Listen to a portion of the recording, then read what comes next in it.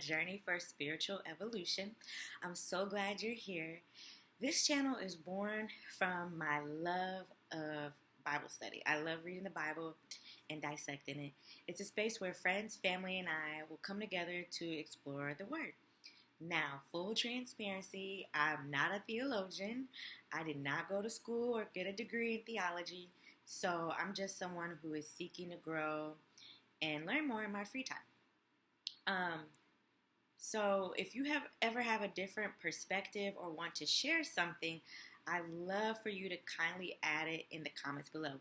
Kindly, please add it in the comments. So I hope we can lead with love and embrace this journey together. Like I said, my goal is to evolve, and I hope you enjoy this episode as much as I enjoy creating it.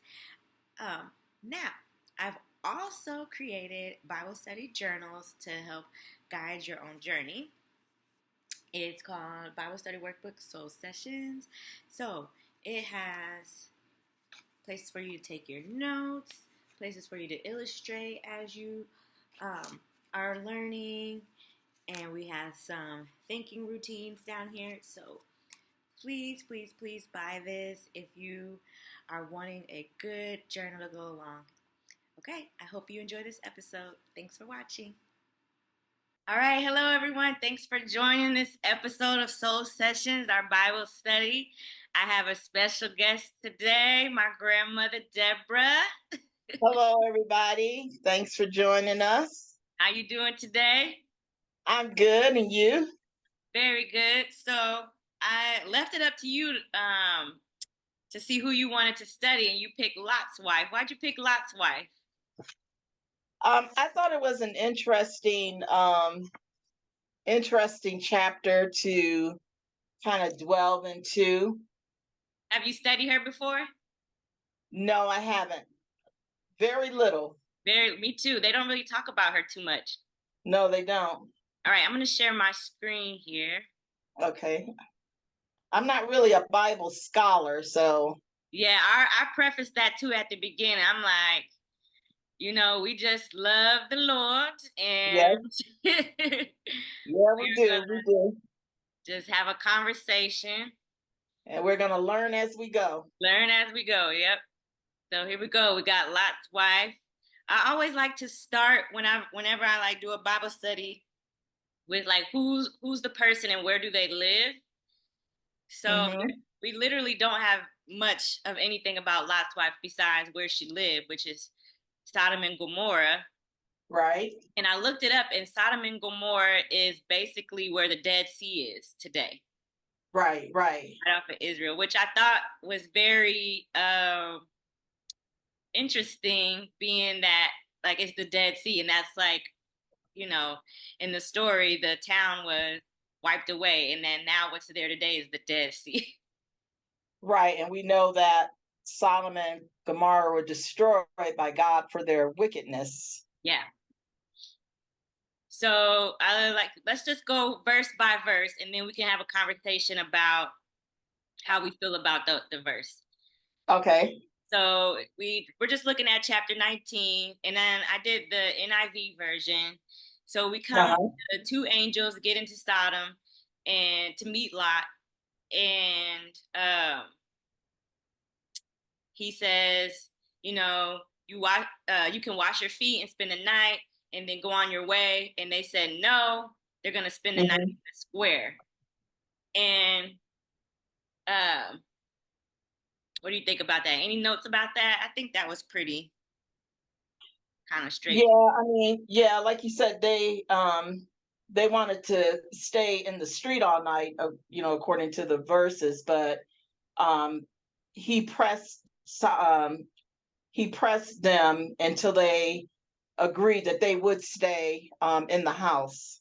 And that he did, he made them a feast on unleavened bread, and they did eat. And I did look up, because I wasn't sure about unleavened bread. I figured it meant that the bread didn't rise, which that's what unleavened mean. And it was also known as mezzoh. I'm not sure if I'm pronouncing that right. Matzoh is what the unleavened bread was known as. Oh, wow. I And didn't it even know that. says, yeah, it says in Hebrew, it's bread made without yeast. And of course, without the yeast, the bread is not going to rise. So Okay. I had to look all that up because I wasn't, I wasn't too sure about that. So yeah, I did a little I research wonder on what that. that tastes like. On a side note, I've never had unleavened bread. I think the only difference is that I'm not sure if it adds flavor or not, Hmm. but I know that it won't rise without the yeast. But I'm not sure of the flavor, if it had any flavor components to it. But that's something that we could, research down the way. But I don't think yeast has a flavor to it. But I'm going to make a note of that. Okay. Now, then we go to before they lay down, verse 4, the men of the city, the men of Sodom, both young and old, surrounded the people. Mm-hmm. And I just thought this was crazy reading this. Like, why would they bring the young men? It says young and old. Like, I Right. don't know how young. Like, because is this like young children surrounding the house? Like, what do they mean young and old? Who is the young? Like, how Yeah. young are we talking? Yeah. How old are the young? Yeah. How young are we talking? Like you said. Yeah. That made So me really like, yeah, because I wouldn't, just thinking, I wouldn't think young kids like young boys, but we don't know. yeah. And then they said all the men. So I'm like, back then, they didn't have telephones. They didn't have Nope. the internet or anything. So I'm like, how did they gather all these men to come to the house at the same time? And I'm like, Sodom and Gomorrah was supposed to be a pretty big city. So Right. that was wild to me. I just Yeah. they all Yeah. In such a short time to gather all these, men and young men. yeah, before Yeah. they even laid down. Yep.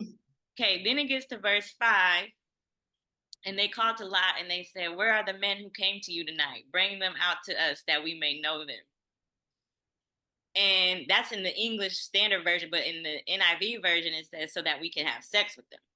And I'm like, y'all got these young babies out here with all this foolery going on. Like, first of all, like, this is just wild to me because what makes you think you just go up to somebody's house and say, "Bring these men outside because we want to have sex with you"? That's Yeah. crazy to me that you even have the audacity to go up to somebody's house and tell them to bring their guests outside. Yeah. And I know in the King James version, it doesn't mention sex, but I did read that version where it did mention sex, but it doesn't mention that in the King James version. They just said, and they called unto Lot and said unto him, where are the men which came into thee this night? Bring them out unto us that we may know them.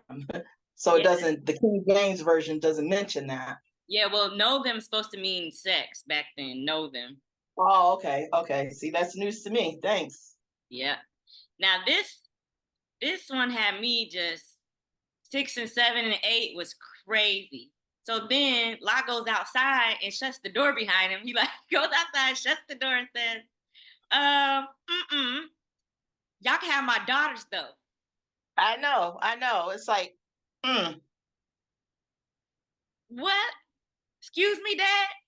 you gonna give us up? The Bible is crazy. So he said, "No, my daughters ain't had nobody. You can have them. This is my company, basically. I'm supposed Mhm. to be protecting them." I don't know. I just I Yeah, don't that had me. I was stumped by that. By I'm you wanting to give up your daughters. like, what kind of this would take a hospitality to the next level. Mm-hmm. I don't know. Exactly. That shocked me the most. And I don't think I ever heard anybody speak on this part of Sodom and Gomorrah's story, how he was going to give up his daughters. I've never heard anybody speak on that. Have you? No, I don't. Not that I recall. I don't recall ever hearing about him offering his daughters up. So then they tell him, get out their way. Yep. They But say, was him offering his daughters up. I guess I'm a little confused because he's giving his daughters up to save the angels, the two angels? Yeah. Yeah. Mm-hmm. Which, I mean, if you have the Lord's angels, I guess that, yeah. I don't know. I feel like Yeah. you had to compromise anything else. You had to compromise your daughters. Like, couldn't he just try to tell them no? Like, no thanks. Try again another day. Like, you had to offer me up. But But they say, huh? go ahead. Go I was ahead. gonna say when he said that, they still weren't with it. They told him to get out the way. Uh, Right. and then that even made them more mad because they were like, basically the lot, like, you're not from here and you want to judge us and you're not from here. So then they Mm-hmm. really try to break down his door. Mm-hmm. um which I thought that was crazy too, of their reaction, like feeling judged in that moment, Mm-hmm. where he was still like, I don't agree with what y'all doing, but I'm still trying to compromise with y'all. And it's like, you can't compromise with crazy. That's just what I thought about. Like, Nope, you can't. Once a person has their mind made up to do something, they're going to do it no matter what you say or what you do. mm, You know, they're sticking to what they want, what they believe in. yeah. So there's no persuading or no change in their mind. Mm-mm. Then verse 10, the angels, they reached out and pulled Lot back into the house and they shut the door. Then they struck the men who were at the door of the house, young and old, with blindness so that they could not find the door, Mm-hmm. which was pretty interesting.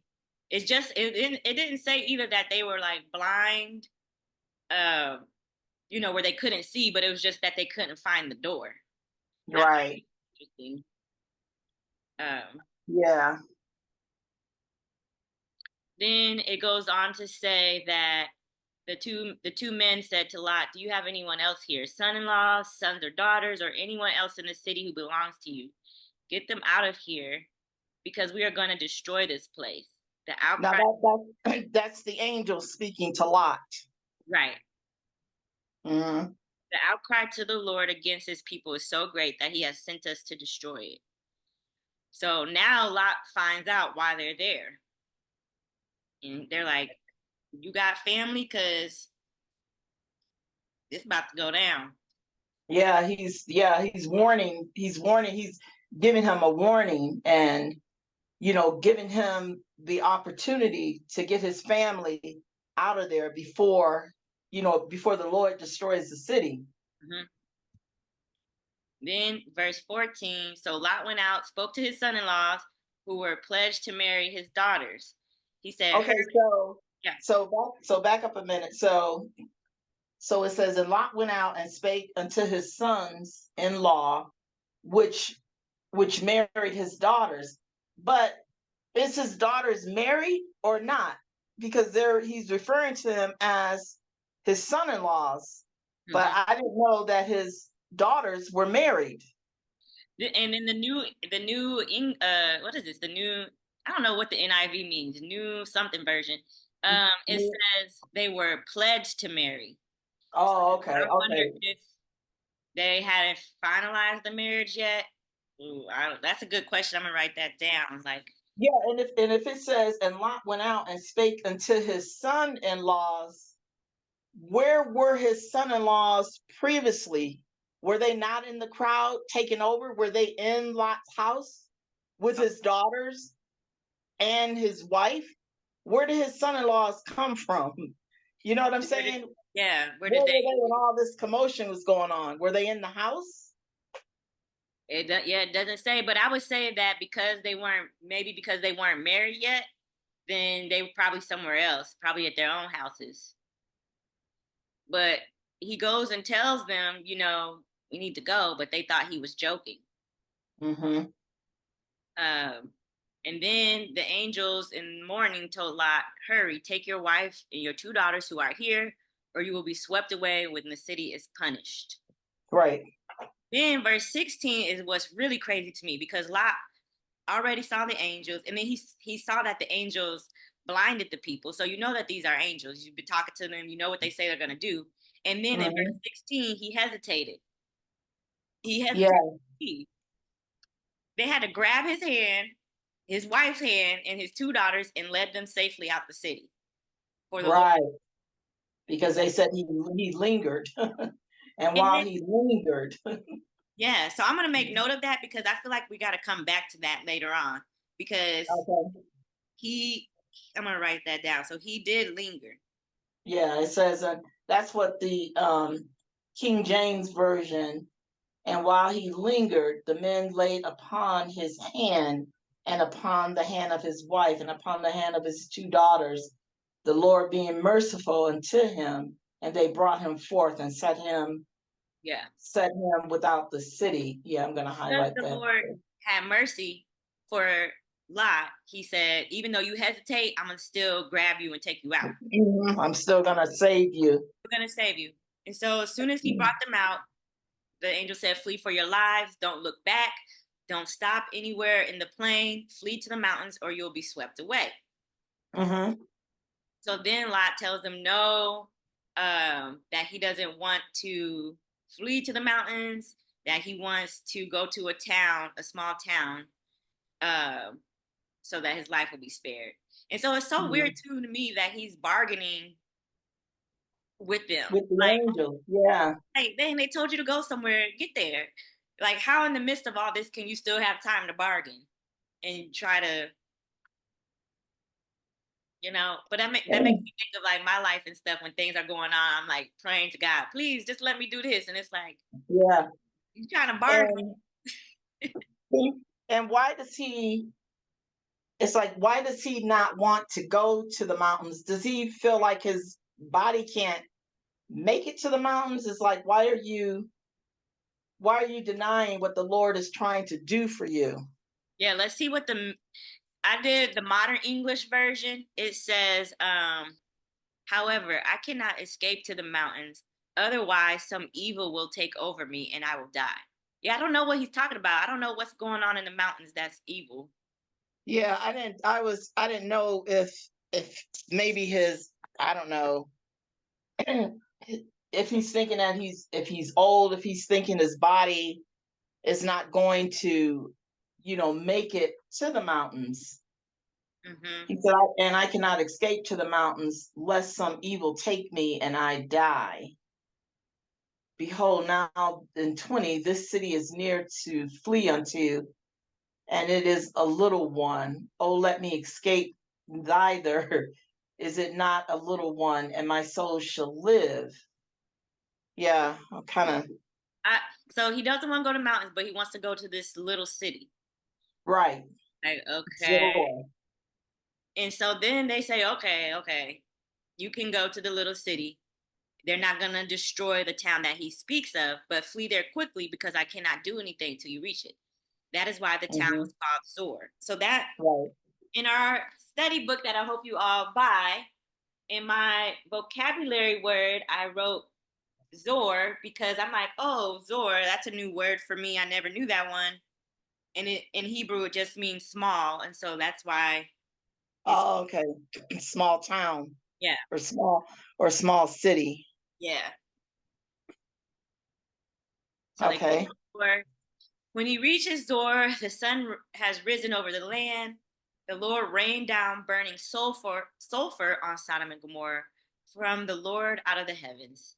Thus he overthrew the cities and the entire plain, destroying all of those living in the cities and also the vegetation of the land.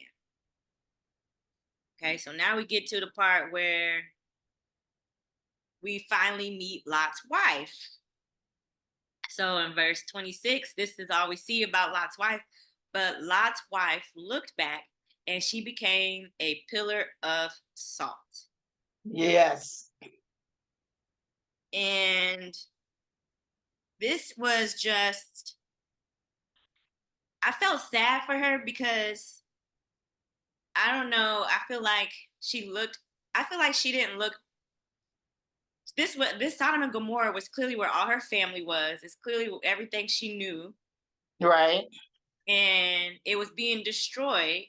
And so she looked back, and I think she turned into a pillar of salt because she probably looked back wanting to go there, wanting to go back, I feel like, or like miss, Thinking about her family. yeah, or like, yeah, having some type of longing for it instead of moving forward, looking to the future. So Mhm. I don't know. I sympathize with Lot's wife because I know a lot of times we can get caught up on looking in our past with like, Mhm. I don't know what's that word, like looking in your past with like rose colored glasses, almost like making your past better than it was. You know what I mean? Like Mhm. clearly the Sodom and Gomorrah where she came from was not a good place, not a good city. Right. But she did have family there. She did have friends there. Lot was very wealthy, so I'm sure they had, nice place to live. What do you think But about did that? she, but did she know? Because when the angels, where's the verse where he tells Lot not to look back? Uh, Saying, all right, said, and take the be consumed, they could see him. And when the morning arose, then the angel hastens Lot, saying, arise, take the wife and thy two daughters, where must thou go, be soon they could. But did yeah, she know not to look back? yeah, because it says as soon as they brought them out, the angel said, "Flee for your lives. Don't look back and don't stop anywhere in the plain." So So, did she hear what verse? I lost my verse verse. 17. And it came to pass when they brought that they looked not behind thee. And it came to pass when they had brought them forth abroad, that he said, escape for thy life, look not behind thee, neither stay thou in all the plain, escape to the mountains, lest thou be consumed. Is he just speaking to Lot, or is he speaking to No, he's speaking to all of Lot? them. Okay, so he's speaking to all of them. Yeah. Yeah. So, in a sense, kind of, she knew not to look back because the angel is saying not to look back. But like you were saying, she's looking back because, like you said, all her family is there. And she may be looking back, like you said, in rose colored glasses, thinking about maybe what could have been if the Yeah. city hadn't been, um, you know, in such wickedness. Yeah. That's what I think. I think that's why I could have some compassion for her because I feel like a lot of people, like I know I have, like, look back on situations and past times in my life. Even like when I talk to my friends, sometimes we look back on our college days a lot. Mm-hmm. Oh, like, remember in college, like you just have like a longing for that time, Yeah. that time period. Mm-hmm. And so I think maybe that's what she was doing when she looked back. Mm-hmm. Uh, and like I said, yeah, this was his wife's home. And sometimes we linger like with nostalgia, and so Right. I when we just reread it, I'm like, oh wow, when Lot lingered at the beginning, God had mercy on him when he lingered. Yes. And then when she kind of lingers in nostalgia, she immediately turns into a pillar of salt. And so I Mm-hmm. wonder why, in Lot's instance, when he, God showed mercy. yeah, and I'm like, I wonder why. I just caught that. I'm like, I don't, you know, is it because Mm-hmm. I don't know. I feel like I wonder if Lot at that moment was lingering as well because he felt like, oh, I've lived here for so long. I've built a lot. I'm wealthy here. I'm known. Mm-hmm. But when I wonder if it's because the angel said it one more time, like, don't do it. And then she did it again. Mm-hmm. Not knowing what was going to, what was going to happen. I mean, of course, she didn't know. The angel didn't say, don't look back because you're going to turn into a pillar of salt. The angels didn't say that. They just said, don't look back. At least I didn't get The that from version the you read reading. said something a little different. I think the version you read said that, or you will be consumed, which is kind of Yeah, interesting. yeah. Verse 17, and it came to pass when they had brought them forth abroad that he said, escape for thy life. See, that's, yeah, escape for thy life. Look not behind thee, neither stay thou in all the plain. Escape to the mountain, lest thou be consumed. Yeah, so I feel like she did know. They did know that, like, if you do look back, something Something bad is going to happen. bad's gonna happen to you too. So she was warned, but I feel like I have compassion and I have some type of empathy for her because um, I could see why she looked back. Hmm. So then I want Yeah, to see where else was Lot's wife mentioned in the Bible because her verse is so small. yeah. There's not much, So and I tried, I tried like to see if I could find well, she's mentioned in Luke chapter 17 by Jesus himself. Luke chapter. Well, it says, okay, so I just Googled this. Lot's wife, biblical character, a disobedient woman who was turned into a pillar of salt for looking back to see the destruction of Sodom and Gomorrah as she and her family were fleeing. Her story is seen as an example of what happens to those who choose a worldly life over salvation. So, I mean, because of this one act of her looking back, we're going to consider her disobedient. I know. Well, this is what Jesus said about her.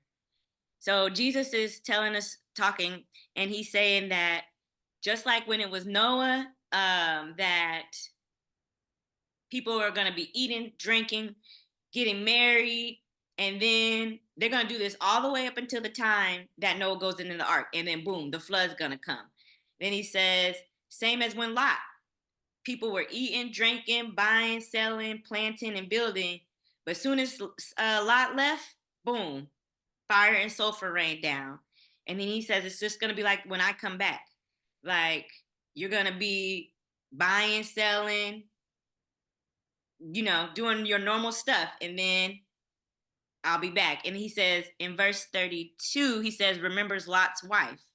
Whoever tries to keep their life will lose it, and whoever loses their life will preserve it.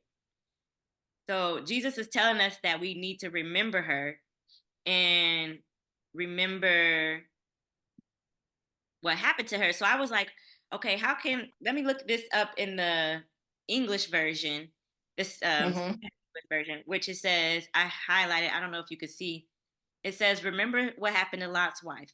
People who try to save their lives will lose them, and those who lose their lives will save them. Mm-hmm. I feel like Jesus is saying that she was trying to hold on to her past when if you accept Jesus, You got to let it go. you gotta let it go. Mm-hmm. I think that was like the overall message for Lot's wife is, or her story is, you can't look back once you accept God in your life, Christ in your life. You got to keep moving forward. So I don't know if I would necessarily consider her disobedient, but I would say Yeah. she didn't want to let go of who she was before. She wanted to keep Mm-hmm. she wanted to keep on to it. And when you want to keep hold of your past, then you're gonna lose your life. Yeah, that's kind of a lot because um,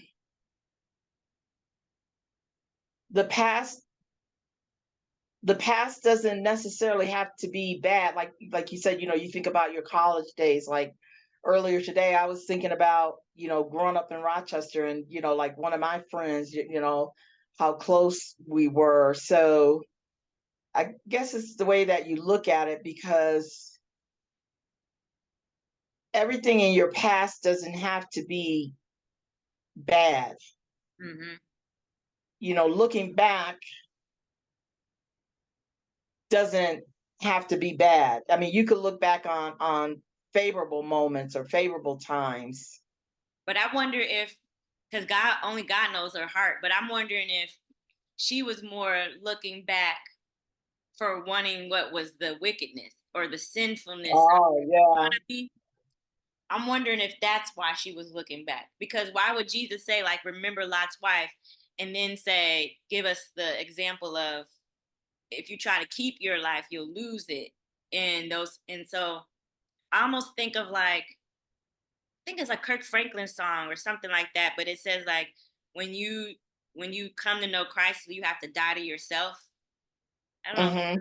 it's something like that. But that's what I think of when I see it in this verse. Like she must have wanted to keep her, I don't know, her old ways or something. Only God Yeah, that could knows her be. heart. But Yeah, but we still we still have some empathy for her, or you know. understanding, definitely some understanding Mm-hmm. for her. All right, so that's basically it of Lot's wife. So in our study guide here, we have vocabulary words, and then you could draw an illustration while you're reading. I just quickly drew a pillar of salt. It's not that Oh, big. okay. Little I'm pillar. I'm I'm gonna write pillar of salt. I don't want to try and draw it. What is there a color that represents Lot's wife to you? Hmm. I don't know.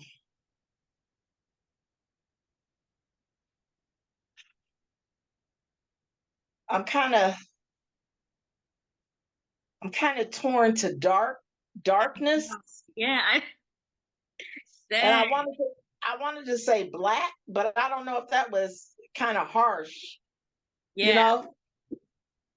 But I think dark when I think of, what happened to her. I know.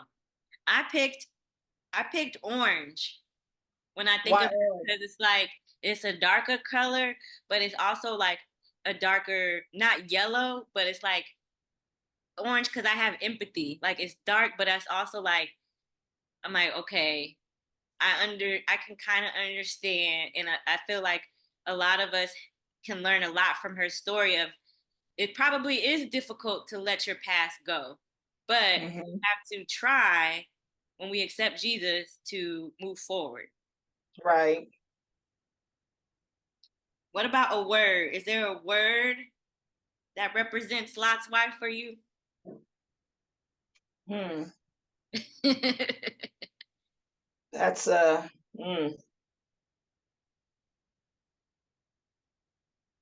word. a word that represents her story.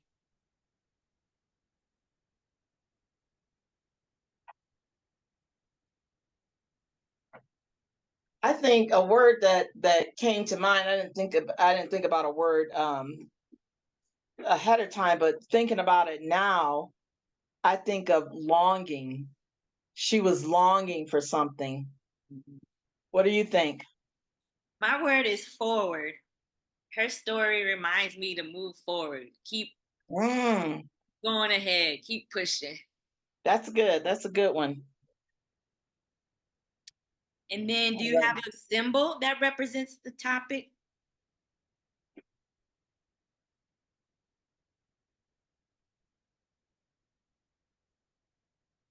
I would say the cross, Ooh, why the cross? because it's something that we can look forward to. It's something that we symbolize with. It's something that we recognize. It's like a positive. The cross is like a positive in our lives. Yeah, that's good. My symbol, I picked an arrow going to the right, like a arrow that tells you to go forward. Oh, okay. I'm gonna put that too. I didn't think of this before, like I looked when I opened up the study guide, all I put was like the date in the chapter Yeah. that we were studying. But I never, I should have thought to compare this since we were studying Lot's wife. I should have put on here like Lot's wife. Oh, So I'll know that going forward, like we said, we're going to study his wife. I should have put in the beginning, like Lot, or on the top of my page, Lot's wife. That's who we're studying. Even though we're studying Lot and the rest of his family, she was like the main, kind of like the main focus. yeah, the main focus for us. Yeah. Yeah.